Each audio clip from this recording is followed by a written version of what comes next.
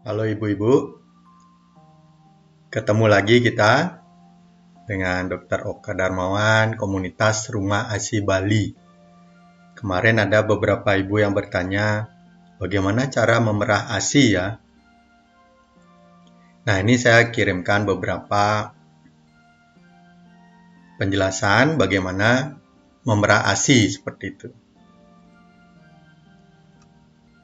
Jadi dalam 10 langkah keberhasilan menyusui, semua ibu sebetulnya wajib belajar untuk memerah ASI-nya, jadi memerah payudaranya. Sehingga kalau ibunya merasakan kebutuhan itu muncul, misalnya payudaranya penuh, payudara bengkak, itu bisa diperah. Tahu cara memerah seperti itu. Jadi kalau misalnya masih di rumah sakit, semua tenaga kesehatan yang merawat ibu sebaiknya mampu mengajarkan ibu memerah ASI.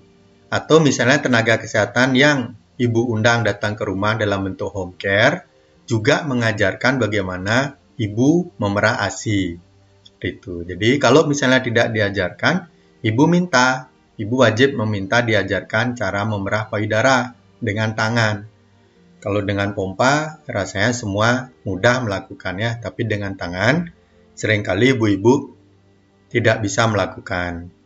Atau salah, misalnya badan payudaranya diperah, ya, badannya diperah, bukan areolanya. Padahal yang kita butuhkan itu memerah adalah di sekitar areola ini. Kemudian, apa manfaatnya kalau kita belajar memerah? Misalnya nih, yang pertama, menolong beberapa situasi, misalnya kalau ibu bengkak dengan memerah sangat terbantu, ya, terutama merah tangan. Lunakkan dulu areolanya, kemudian diperah dengan pompa seperti itu. Kemudian mengurangi sumbatan atau kalau ASI-nya sedang macet itu dikurangi dengan jalan memerah. Kemudian membantu bayi melekat pada payudara yang penuh. Kalau payudara yang penuh, bayi sulit melekat di areola. Dibantu perah areolanya sehingga lunak, bayi gampang melekat. Itu contohnya. Kemudian apalagi manfaatnya? Misalnya ibu ingin memberi ASI kepada beberapa kondisi. Misalnya bayi ibu sedang BBLR, bayi berat lahir rendah ya. Misalnya dirawat di ruang intensive care. Jadi kan tidak menetek nih. Sedangkan bayi butuh ASI.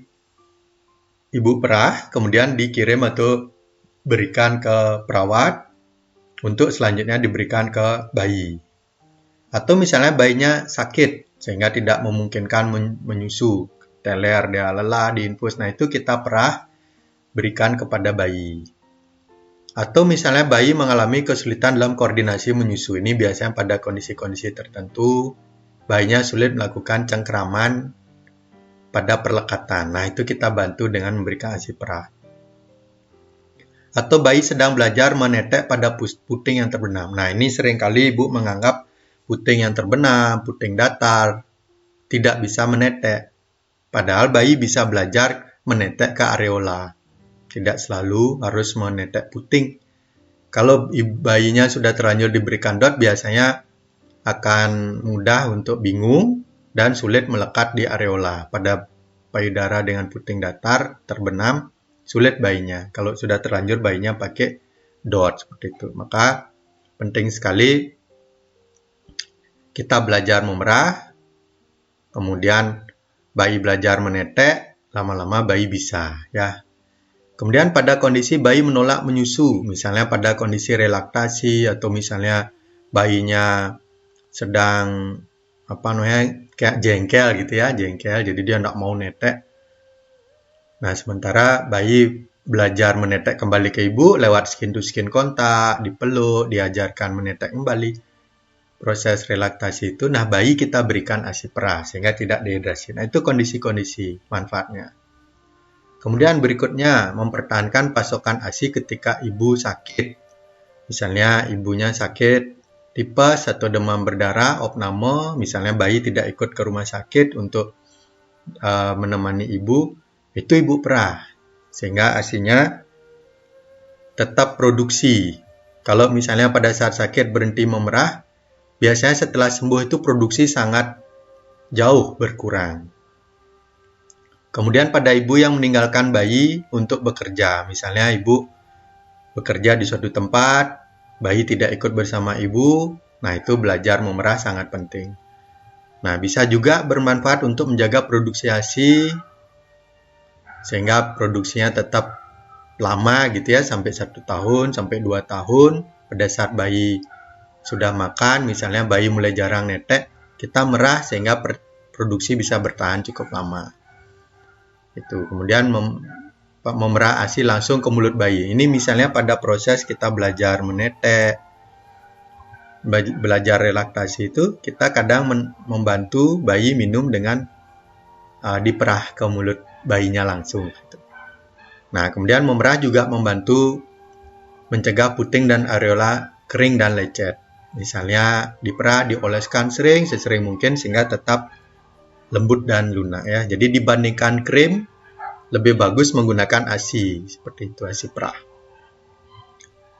Nah, berikutnya, untuk refleks oksitosin memerah. Ini kalau memerah itu kita butuh refleks oksitosin ya. Refleks oksitosin atau dari hormon oksitosin ini akan menolong ibu untuk memerah. Refleks ini harus aktif agar dapat mengalirkan ASI dari payudara. Jadi kalau ibu happy, kemudian rileks, percaya diri, itu refleksnya gampang muncul. Ya, oksitosin biasanya muncul pas kita jatuh cinta, lagi orgasme, atau lagi misalnya selesai ujian, kayak itu keluar dia oksitosin kita. Nah, ketika ibu memerah, refleks oksitosin ini mungkin tidak bekerja sebaik ketika menetek langsung, menyusu langsung ya. Tidak apa-apa, setidaknya kita berusaha memancing refleks oksitosin ini. Sehingga ibu perlu tahu caranya merangsang, membantu refleks oksitosin bisa keluar. Ini caranya ada dua, secara psikologis maupun secara praktis. Secara psikologis, ibu bangkitkan rasa percaya diri, pahami mekanisme kerja payudara, jadi ada produksi ASI berdasarkan permintaan bayi atau permintaan perah. Jadi produksi berdasarkan permintaan. Semakin sering diminta, semakin banyak produksi. Seperti itu. Kemudian mengurangi sumber-sumber nyeri dan cemas. Ibu perlu tanya ke diri sendiri, saya cemas apa ya? Saya nyeri apa? Kemudian kita melakukan afirmasi positif ke diri kita. Misalnya, terima kasih payudara, produksinya sudah berlimpah. Jadi ucapkan terima kasih, walaupun masih sedikit. Kita yakin bahwa akan berlimpah, kita yakin. Terima kasih. Gitu, ya. Kemudian, kalau ada nyeri misalnya, kita bantu dengan obat pereda nyeri. Ya, ada banyak pilihan. Kalau cemas, telusuri apa sumber cemasnya, dan kemudian betul nggak seperti itu. Nah, ini bisa dibantu dengan latihan relaksasi, latihan napas, dan suara. Jadi misalnya, napas perut, tarik napas pelan lewat hidung, kembungkan perut, buang napas pelan lewat hidung, kembiskan perut. Selama melakukan latihan ini, pejamkan mata, lampu ruangan dipadamkan, kemudian bisa dibantu musik yang rileks, yang lembut. Tarik pelan, sepelan mungkin, buang pelan, sepelan mungkin, terus pelan. Semakin pelan napas, lama-kelamaan detak jantung menjadi rileks, detak otak menjadi rileks, hormon-hormon relaksasi muncul, dan ibu mulai nyaman. ASI mulai bisa keluar dengan mudah. Itu latihan napas. Kalau misalnya pernah ikut latihan yoga, jadi bisa dilakukan pranayama, anulum filum, nadi sudi pranayama. Itu sangat baik. Lakukan 10 menit. Jadi pranayama ini, latihan napas ini biasanya 10 menit sudah memberikan efek yang baik ke badan kita. Kemudian suara misalnya. Ada suara dasar, 3 suara dasar yang bisa diucapkan sambil memejamkan mata.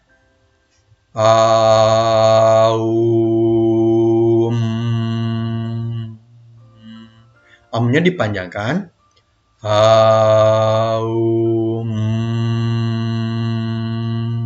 Nah, 3 suara dasar ini diucapkan setidaknya 10 menit untuk membuat diri kita rileks, bebas dari cemas, nyeri berkurang, seperti itu. Itu sangat membantu. Kemudian bangun pikiran dan perasaan positif tentang diri dan bayi kita ya. Jadi ini saya memberi ASI ini untuk kesehatannya, untuk jangka panjang, seperti itu. Dan saya adalah andalan bayi, seperti itu. Itu contoh-contoh ya. Nah, kemudian secara praktis, cara merangsang itu kita duduk tenang sendirian atau dengan teman yang mendukung. Beberapa ibu dapat memerah berkelompok itu. Nah, itu bisa, misalnya kalau dirawat di unit perawatan bayi, itu bisa dilakukan bersama-sama, sehingga jadi sama semangat ya. Berikutnya, dekap bayi. Skin to skin kontak, dekap bayi, kemudian sambil memandangi bayi, itu juga sangat berguna. Kalau misalnya bayinya berpisah dari ibu, jadi lihat fotonya. Kalau misalnya bayinya dirawat di ruang intensif, jangan sedih. Ayo nak, ibu berjuang, kamu juga berjuang. Yuk kita sama-sama. Jadi getaran positif itu akan diterima bayi juga. Bayi berjuang, ibu juga payudara akan semangat untuk memproduksi ASI seperti itu. Nah, berikutnya secara praktis minum minuman hangat yang menenangkan. Jadi tidak dianjurkan minum kopi, alkohol gitu karena bayi akan gelisah. Sebaiknya misalnya minum hangat tuh jahe hangat. Jahe hangat campur sereh, 3 batang sereh, jahenya 1 jempol, bisa ditambah gula batu. Itu membantu rileks dan membantu suasana hangat di diri kita. Bisa juga kita menghangatkan payudara, misalnya kompres dengan air hangat, mandi di pancuran air hangat, berendam di bathtub kalau di rumah ada bathtub ya. Kemudian kita juga bisa merangsang puting susu dengan cara menarik memutar puting secara perlahan dengan jari-jari kita. Bisa juga kita melakukan pemijatan untuk mengurut dengan lembut, rileks di badan payudara. Jadi di badan ini kita halus, pelan, rileks seperti itu. Gerakan berputar, tidak menekan, rileks seperti itu. Sehingga ada aliran ke arah areola. Berikutnya secara praktis, ibu juga dapat meminta punggungnya dipijat. Jadi ibu duduk bersandar gitu. Nanti payudara bergantung nih, saya tunjukkan ke gambarnya. Ini ibu bersandar ya. Payudara menggantung, kemudian minta tolong seseorang untuk memijat kiri dan kanan tulang punggungnya dari atas ke bawah, dari bawah ke atas, gunakan minyak. Gerakannya berputar gitu, menekan dengan lembut kurang lebih 3 menitan ya. Biasanya netes gitu deh ya. Jadi itu tandanya berhasil program rangsangan oksitosin. Kemudian berikutnya memerah dengan tangan dengan efektif ya. Jadi bisa memerah itu dengan tangan, bisa manual, bisa pompa elektrik. Biasanya yang dengan tangan ini cara paling bermanfaat. Jadi ibu-ibu tidak perlu alat, bisa di mana saja, bisa kapan saja. Dan sangat mudah dilakukan dalam keadaan kalau payudara sedang bengkak sensitif, diperah dengan tangan sehingga lunak dan ibu jadi nyaman ya. Di hari pertama dan hari kedua pasca bersalin wajib belajar memerah dengan tangan sehingga hari ketiga saat payudara mulai penuh, ibu sudah tahu cara mengurangi penuhnya itu dan nyaman ya. Nah, berikutnya setelah bersalin ya hari ketiga belajar penuh dan nanti ini memerah ASI sendiri. Jadi kalau orang lain disuruh merah kadang nyeri ya. Jadi perah sendiri. Jadi perah tekan. Jadi perah sejenak berhenti perah. Nah, jadi kayak seperti irama kenyotan bayi. Kenyot gelap gitu ya. Perah jeda sebentar perah gitu ya. Jadi berhadapan jam 6 jam 9. Ya, itu ya kurang lebih. Nah, kemudian ibu bisa menyiapkan satu wadah kecil kayak mangkok gitu, wadah yang bermulut lebar gitu. Nanti dicuci dulu dengan sabun, tangannya dicuci, kemudian payudaranya bisa dibersihkan dengan ASI. Tidak perlu dicuci dengan sabun, areolanya nanti kering seperti itu, cukup dengan ASI. Pada saat mandi kan badan payudaranya dibersihkan. Kemudian duduk santai. Bisa berdiri juga, tapi sebaiknya duduk sehingga lebih rileks. Wadah dipegang di bawah areola dan puting dengan tangan yang lain, satu tangan megang payudara. Ntar ada videonya ya.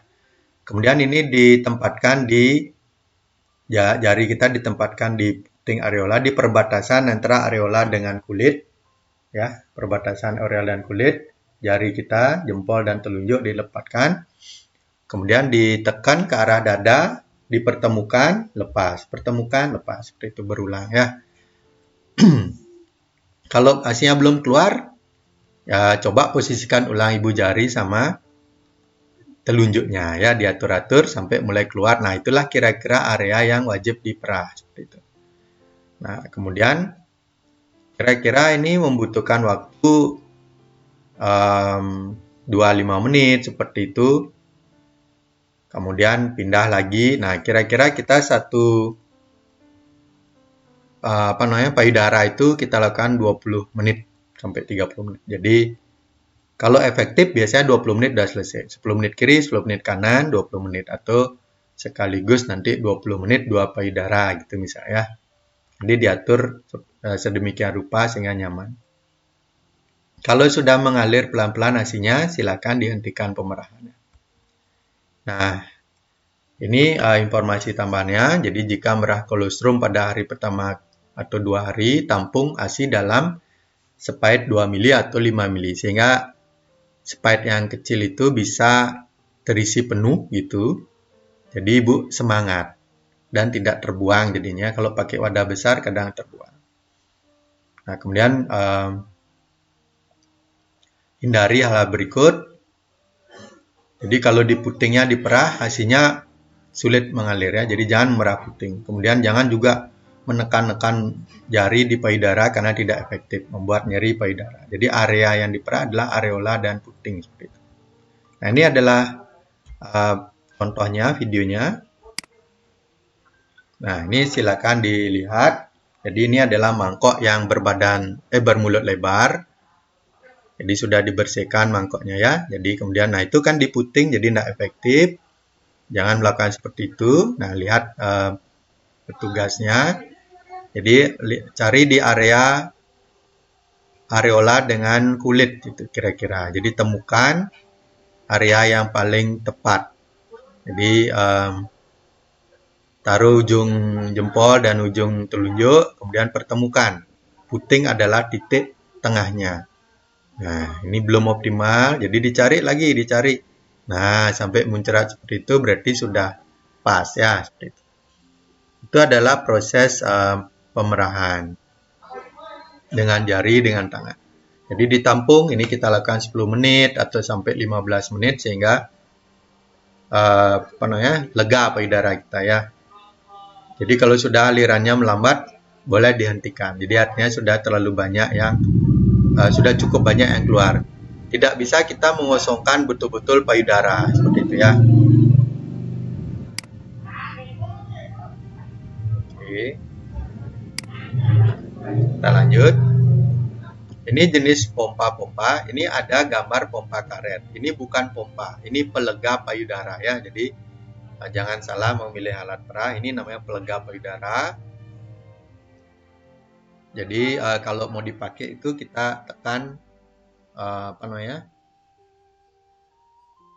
ini yang merahnya ini ditekan, dipasang. Jadi ditekan, dipasangkan, baru nanti lepas, baru ditarik ya seperti itu. Ini bukan alat yang baik untuk memerah. Hanya untuk membantu melegakan payudara pada saat dia bendungan, penuh seperti itu.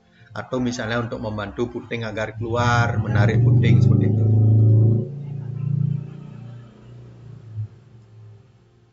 Jadi pompa yang model ini pompa pelega ini sulit dibersihkan bagian karetnya ya. Tetap bisa dibersihkan, tapi akan secara alamiah, secara bawaannya dia memang sulit dibersihkan. Jadi tetap bersihkan. Kemudian dikeringkan seperti itu. Tidak digunakan untuk mengumpulkan ASI yang akan diminumkan ke bayi. Nah, ini contoh pompa manual dan elektrik. Nah, ada banyak merek.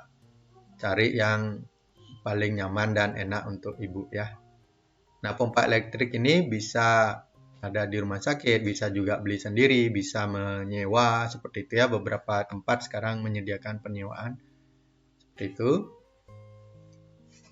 Ada ibu yang lebih menyukai pompa elektrik atau manual, ada yang dengan tangan. Jadi setiap ibu punya cara sendiri-sendiri. Tidak selalu dengan pompa dapat banyak, seperti itu ya. Jadi mindsetnya perlu dirapikan, dipastikan jangan sampai saya hanya bisa dengan pompa elektrik atau manual, tidak bisa dengan perah tangan. Gitu. Nanti pada saat tidak ada alat, ibu kebingungan. Pas payudara penuh, ibu bingung jadinya.